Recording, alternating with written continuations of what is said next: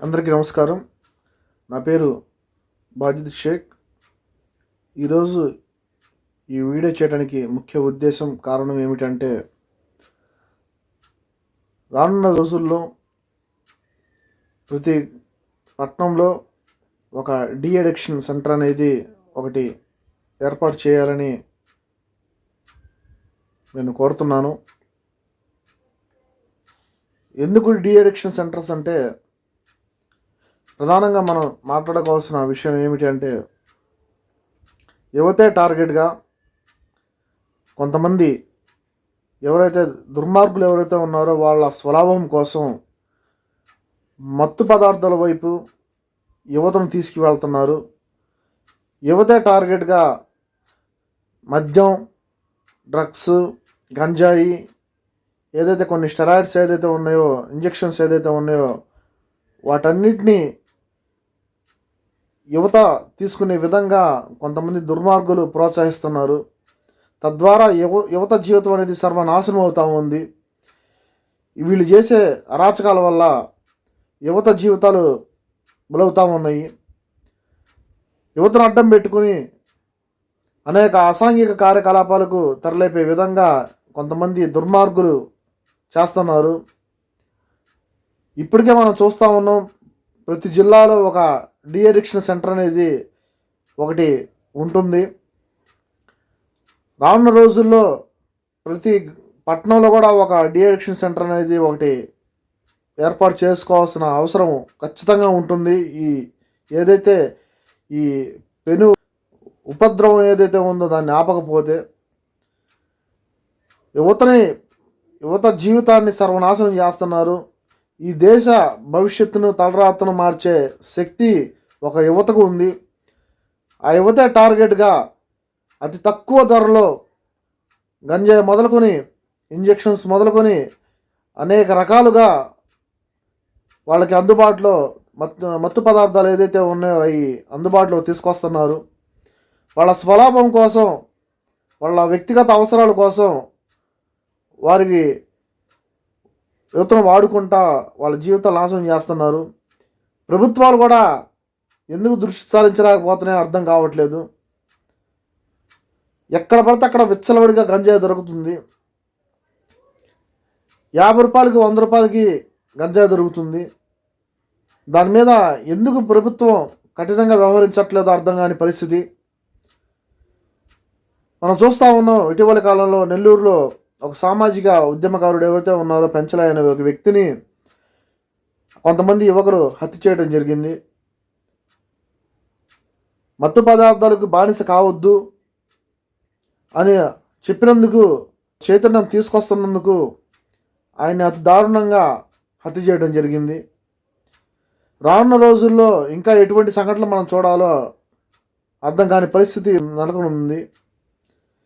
మనం ఒకటే ఆలోచించాలి, ఏదైతే కేంద్ర రాష్ట్ర ప్రభుత్వాలు ఏదైతే ఉన్నాయో, అధికారులు ఎవరైతే ఉన్నారో, పాలకులు ఎవరైతే ఉన్నారో వారందరూ ఖచ్చితంగా ఆలోచించాలి. యువతను చెడు మార్గం వైపు తీసుకువెళ్ళి వారి స్వలాభం కోసం వారిని మాదక ద్రవ్యాలకు అలవాటు పడే విధంగా చేస్తున్నారు. ముఖ్యంగా తల్లిదండ్రులు కూడా ఈ విషయం దృష్టిలో పెట్టుకోవాలి. మీ యొక్క పిల్లలు ఎవరైతే ఉన్నారో వారు ఎటువంటి నడవడికతో ఉన్నారో, ఎవరితో వెళ్తున్నారో, ఏం చేస్తున్నారో అనే దాని మీదగా దృష్టి సారించాలి. ఏదైనా అనుమానం కలిగితే వారి కౌన్సిలింగ్ ఇవ్వాల్సిన బాధ్యత కూడా ప్రతి ఒక్కరి మీద ఉంది. ముఖ్యంగా తల్లిదండ్రుల మీద కూడా ఉంది. ప్రభుత్వాలు కూడా కఠినంగా వ్యవహరించాల్సిన అవసరం చాలా ఉంది. అవసరమైతే అనేక క్యాంపులు ఏర్పాటు చేసి కాలేజెస్లో, అదేవిధంగా కొన్ని స్కూల్స్లో ఏర్పాటు చేస్తే మంచి రిజల్ట్ వస్తుంది. ప్రపంచ దేశాలు ఏ విధంగా ముందుకు వెళ్తున్నాయి, మనం ఏం చేస్తున్నాం అనే దాని మీద కూడా యువత దృష్టి సారించాలి. మనందరం చూస్తూనే ఉన్నాము, వింటూనే ఉన్నాము. ఏవైతే టెస్లా కంపెనీ, ఎలాన్ మాస్క్ ఏదైతే సంబంధించిన కంపెనీ ఏదైతే ఉందో టెస్లా కంపెనీ, ఆ కంపెనీ ఈ మధ్యకాలంలో ఒక ప్రయత్నం చేసింది. డ్రైవర్ లేకుండా కార్ని తయారు చేసింది. కంపెనీ నుంచి ఇంటి వరకు డ్రైవర్ లేకుండా కారు వచ్చే విధంగా డిజైన్ చేసింది. అటువంటి సందర్భాలు, అటువంటి ఆలోచనలు ప్రపంచ దేశాల్లో ముందుకెళ్తా ఉన్నారు అనేక విధాలుగా. కానీ ఈ దేశంలో కేవలం కొంతమంది స్వార్థ ప్రయోజనాల కోసం యువత భవిష్యత్తును నాశనం చేస్తూ వారి స్వప్రయోజనం కోసం యువతను అడ్డం పెట్టుకుని వాళ్ళని అనేక రకాలుగా జీవితాలు నాశనం చేసే విధంగా తయారు చేస్తున్నారు. ఇది ఖచ్చితంగా ఎవరైతే యువకులు ఉన్నారో యువకులు అర్థం చేసుకోవాలి, తెలుసుకోవాలి. మంచి ఏదైతే ఆలోచనలు ఉన్నాయో వాటిని పంచుకోవాలి, తెలియని విషయాలు తెలుసుకోవాలి. అలా చేస్తేనే ఇప్పుడున్న ఈ కాంపిటేటివ్ కండిషన్లో, ఈ పరిస్థితుల్లో ప్రతి ఒక్కరూ అనుకున్నది సాధించగలరు. కానీ మన వల్ల ఏమైద్ది, మన వల్ల కాదు, మనం ఏం చేయలేం అనుకుంటే అది పొరపాటు. బల్బు కనిపెట్టిన థామస్ ఆల్వా ఎడిసన్ అనే వ్యక్తి 999 సార్లు బల్బు కనిపెట్టడంలో ఫెయిల్ అయ్యారు. 1000సారి ఆయన సక్సెస్ అయ్యారు బల్బు కనిపెట్టడంలో. ఈరోజు ఆ బల్బు ఉండటం వల్లే ప్రపంచం మొత్తం రాత్రి వేళలో కూడా మనం చూస్తున్నాము. అటువంటి ఆలోచనలు, అటువంటి ఆశయాలు యువత నింపుకోవాలి. ఎవరైతే మాదక ద్రవ్యాల వైపు ప్రోత్సహిస్తున్నారో, ఎవరైతే మాదక ద్రవ్యాలు తీసుకునే విధంగా బలవంతం పెడుతున్నారో వారి పట్ల అప్రమత్తంగా ఉండాలని చెప్పి ఈ యొక్క సభాముఖంగా వీడియో ద్వారా ప్రతి ఒక్క యువకుడికి నేను చెప్పదలుచుకున్నాను. అటువంటి వారి పట్ల అప్రమత్తంగా ఉండండి. అవసరమైతే మీ పెద్దలు ఎవరైతే ఉన్నారో వాళ్ళకి తెలియజేయండి.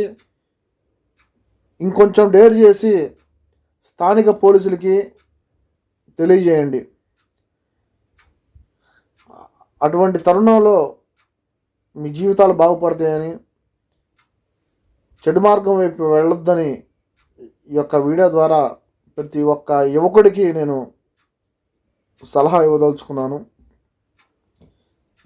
ఖచ్చితంగా దాని మీద ప్రతి ఒక్కరూ పోరాడాలని, మాదక ద్రవ్యాలు అరికట్టాలని ఈ యొక్క సభాముఖంగా తెలియజేసుకుంటూ సెలవు తీసుకుంటున్నాను. జై భీమ్, జై హింద్.